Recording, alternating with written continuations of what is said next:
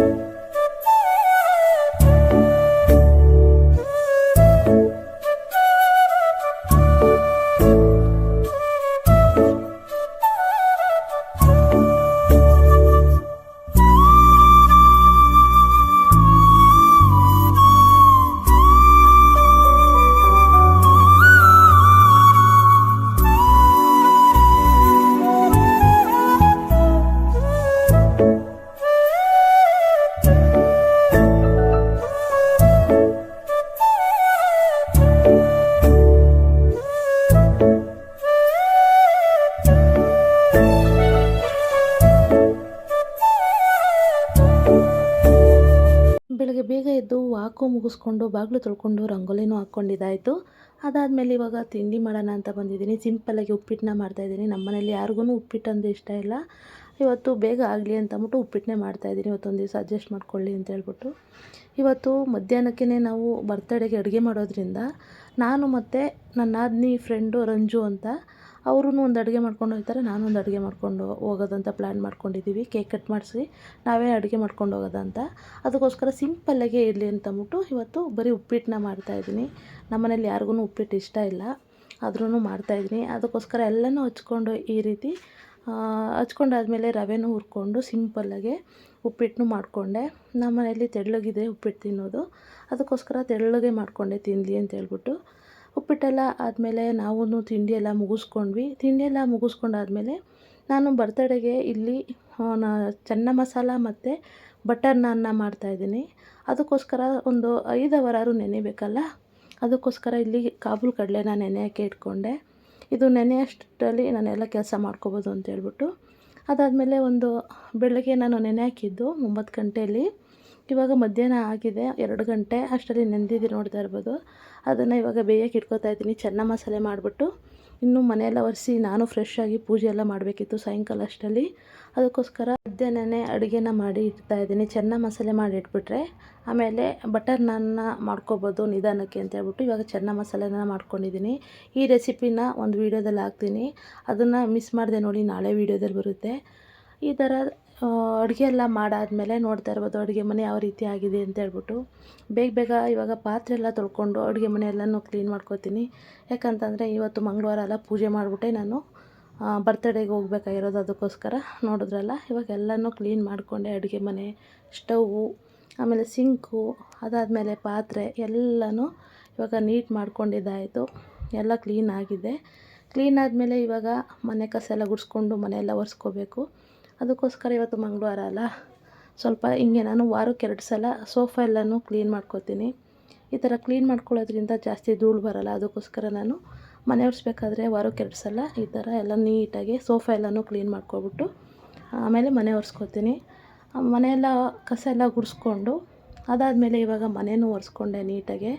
ಮನೆಯೆಲ್ಲ ಒರೆಸ್ಕೊಂಡು ಇವಾಗ ಪೂಜೆ ಮಾಡೋದು ಒಂದೇ ಬಾಕಿ.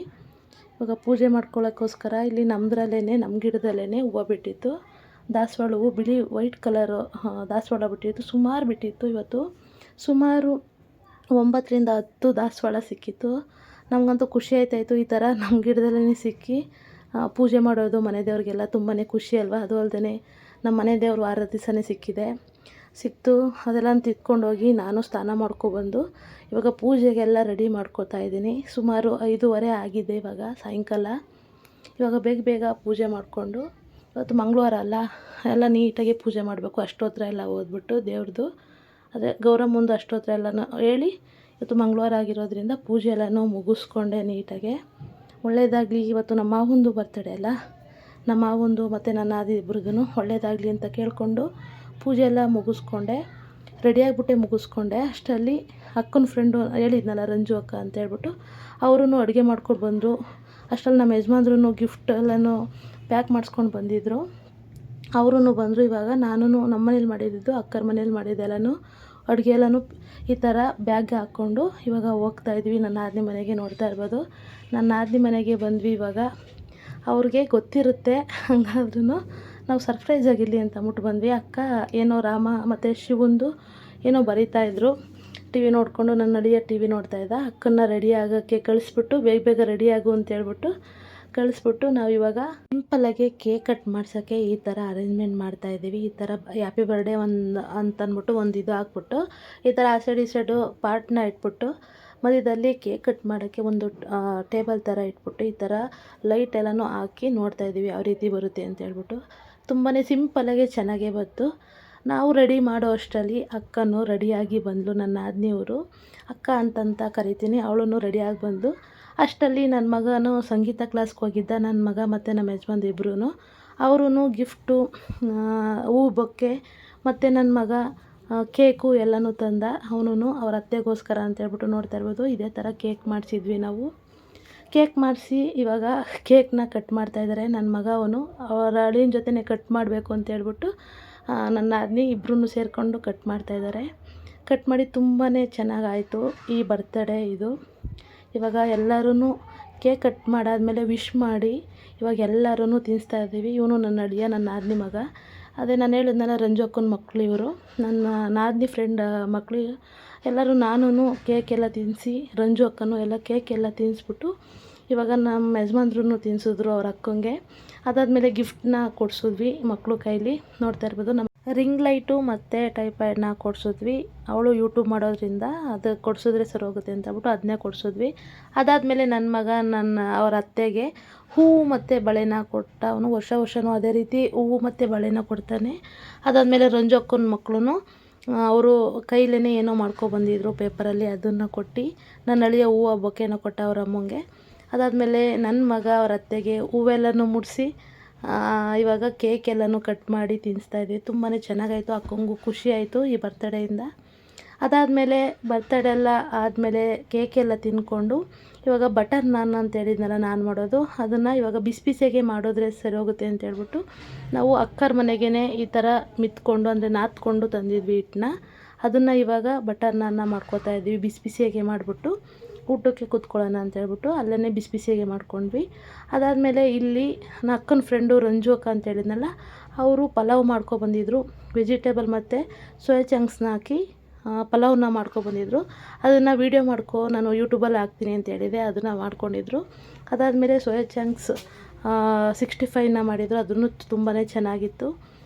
ಅದ್ರ ಜೊತೆಗೆ ಬಜ್ಜಿನೂ ಇತ್ತು, ಮೆಣಸಿನ್ಕಾಯಿ ಬಜ್ಜಿ. ನೋಡ್ತಾ ಇದ್ರಲ್ಲ, ಬರ್ತಡೇ ಎಲ್ಲ ಮುಗಿದ್ಮೇಲೆ ಕೇಕ್ ಎಲ್ಲ ತಿಂದ್ಕೊಂಡು ಸ್ವಲ್ಪ ಹೊತ್ತು ಅರಟೆಲ್ಲ ಹೊಡೆದ್ವಿ. ಅದಾದಮೇಲೆ ಇವಾಗ ಎಲ್ಲರೂ ಕೂತ್ಕೊಂಡು ಒಟ್ಟಿಗೆ ಅಡುಗೆ ಎಲ್ಲ ಮಾಡಿದ್ವಲ್ಲ, ಬಡಿಸ್ಕೊಂಡು ಒಂದೇ ತಾವು ಈ ಥರ ಇಟ್ಕೊಂಡು ನಾವೆಲ್ಲರೂ ಜೊತೆಯಲ್ಲೇ ಫಂಕ್ಷನ್ ಆದರೆ ಈ ಥರ ಬಡಿಸ್ಕೊಂಡು ಊಟನ ಮಾಡೋದು. ನೋಡ್ತಾ ಇರ್ಬೋದು, ಇವಾಗ ಎಲ್ಲರೂ ಬಡಿಸ್ಕೊಂಡಿದ್ದೀವಿ. ಎಲ್ಲರೂ ಬಡಿಸ್ಕೊಂಡು ಇವಾಗ ಊಟನ ಮಾಡಿದ್ವಿ.